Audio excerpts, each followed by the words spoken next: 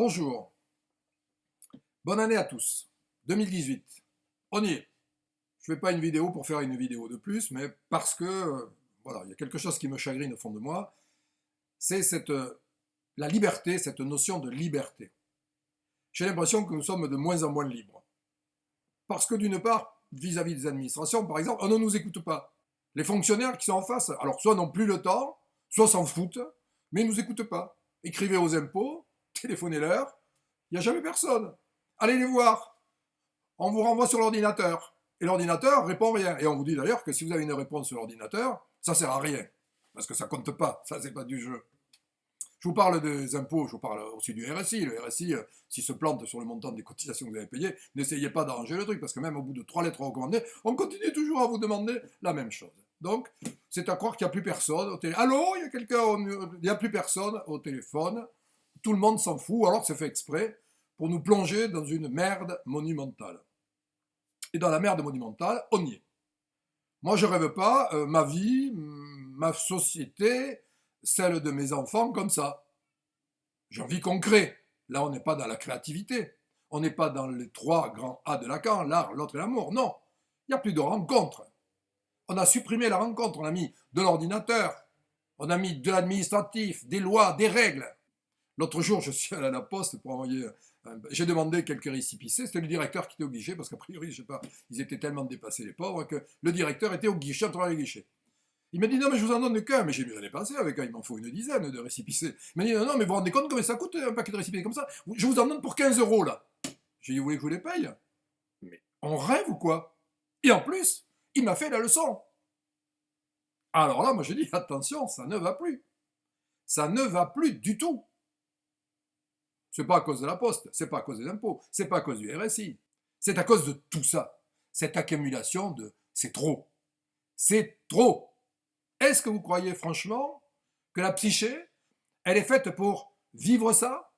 Vous avancez, vous créez, que vous soyez fonctionnaire, que vous soyez salarié, que vous soyez chef d'entreprise, musicien, artiste, etc.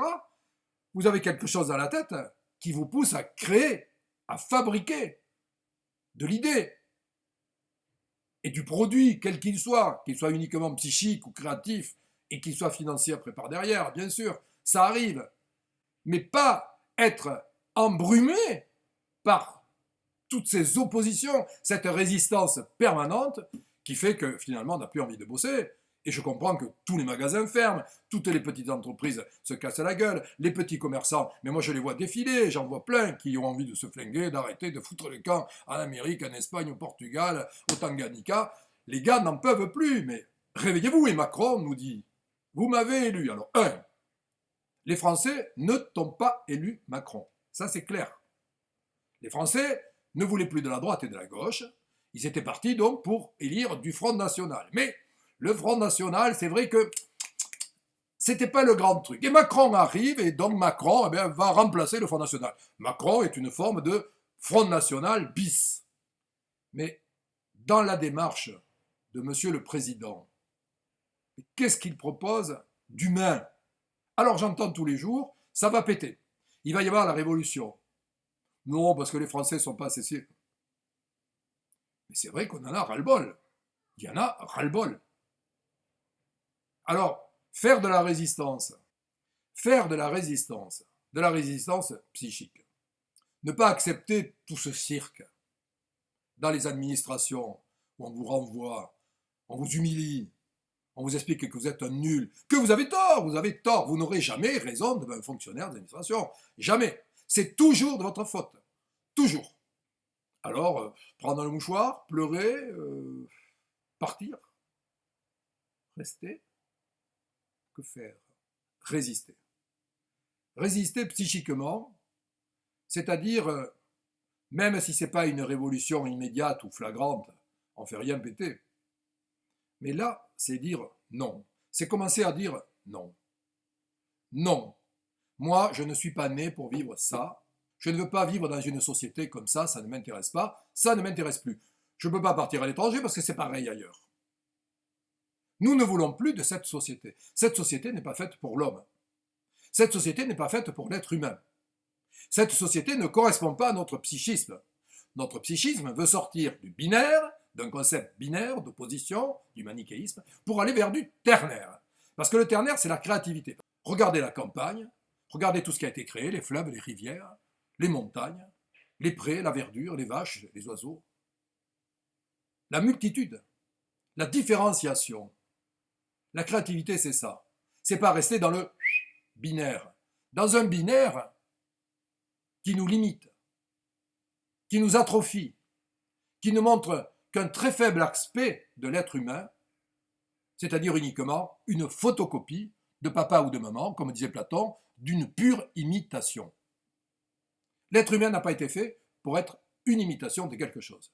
Il a été fait pour se dépasser. Le dépassement, comme le cite Hegel, se dépasser soi-même, c'est-à-dire sortir du binaire pour faire de la créativité, c'est-à-dire pour rentrer, comme disait Lacan, dans le grand schéma des trois grands A, l'art, l'autre et l'amour. Donc la rencontre. Vous comprenez bien que tout ce que je vous ai expliqué tout à l'heure, le comportement des administrations, le comportement de l'État, le modèle qu'il donne n'est pas propice ni à la rencontre, ni à la créativité. Au contraire, ce sont des destructeurs de rencontres et de créativité. La machine ne nous apportera rien, sinon un esclavage humain. Il faut vivre avec son temps. Moi, ça ne me suffit pas. Je peux aussi dire non. Je n'ai pas envie de vivre tout cela, parce que ça n'apporte rien sur le plan humain. Regardez les hôpitaux, les hospices, les premiers de l'an, les Noëls, avec toutes les personnes seules, la solitude qui est partout. Ah, magnifique, on a de la médecine, tout le monde est malade. C'est la preuve que, franchement, ça fonctionne. Avec toute la médecine que nous avons, avec toute la chimie que nous avons, avec toutes les pharmacies que nous avons, tous les hôpitaux que nous avons, tous ces gens malades, mais il n'y a rien qui marche. Point d'interrogation, il n'y a rien qui marche. On devrait quand même aujourd'hui s'interroger. Moi, je vous propose de vous interroger. Mais je sais que vous vous êtes déjà interrogé. Je sais que tout ça, vous en avez plein la tête. Je sais que vous en avez marre. Je sais que vous voulez passer à autre chose, un autre monde. Donc, je vous propose de résister à votre tête et de dire non, de ne plus accepter tout cela. Je pense qu'il faudra faire une espèce de lettre type qu'on enverra tous dans les administrations. On dira à tous ceux qui sont pour la stagnation de l'être humain, de la désincarnation, on dira non. Et on expliquera pourquoi.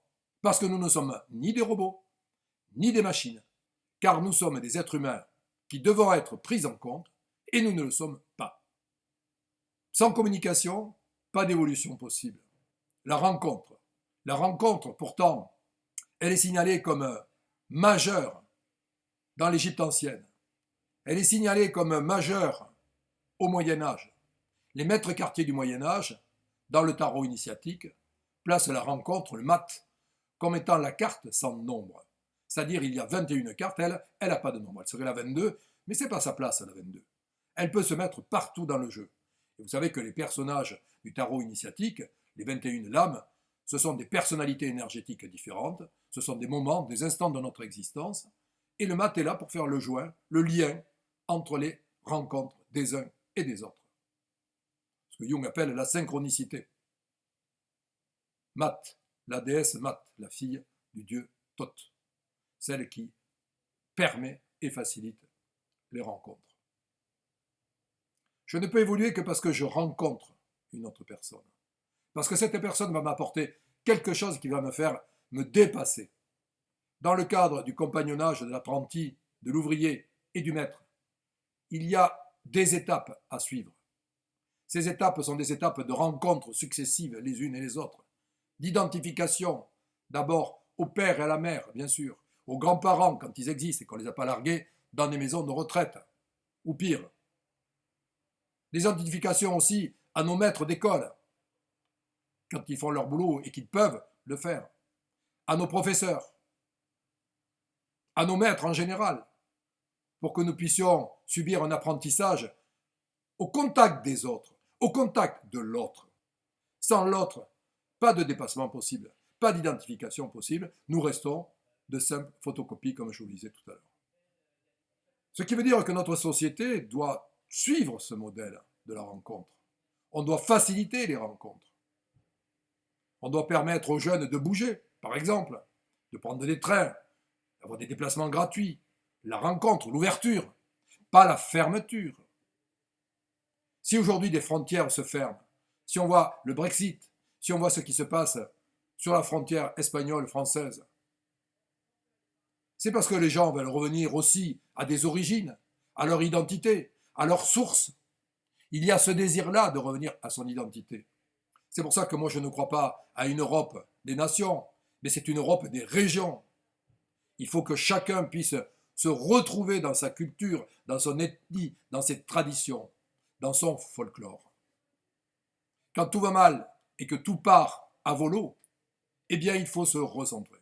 Et c'est le moment où nous devons nous recentrer. C'est pour ça que 2018, je vous propose que nous nous recentrions, que nous réfléchissions tous à cette possibilité de revenir au centre, dans ce qui nous a construit, dans notre identité, d'être humain, natif l'un à Paris, l'autre à Rouen, l'autre à Bruxelles, l'autre en Italie, à tel ou tel endroit, en Espagne, à Madrid, à Barcelone, à Toulouse, à Bordeaux, à Nantes. Nous vivons dans une société où il y a trop d'États, trop de politique. Les médias ne nous parlent de ça qu'à longueur de journée.